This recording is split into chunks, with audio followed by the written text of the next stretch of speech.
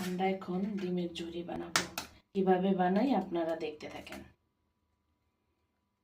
প্রথমে ডিমগুলারে ভেঙে নিলাম।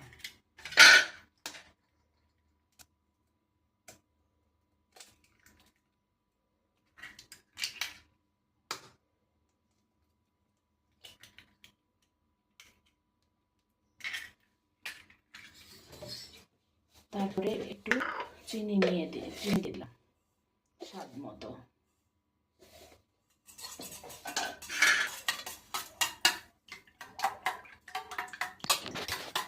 এখন চুলাটা অন করলাম। কড়াইতে সামান্য পরিমাণ একটু তেল দিয়ে দিলাম।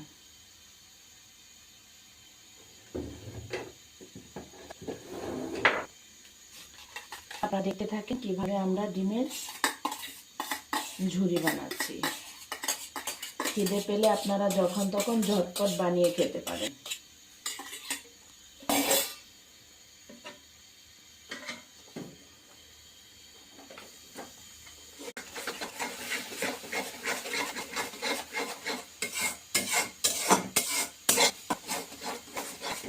এভাবে নাড়তে থাকেন। আমি স্বাদ বাড়ানোর জন্য আর একটু চিনি দিয়ে দিলাম।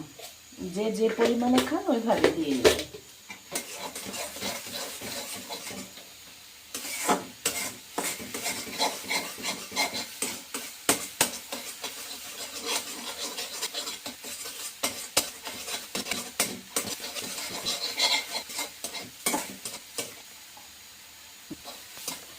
লাস্টে একবার মুখে দেওয়ার পর কলা লাগবে সেই শাক।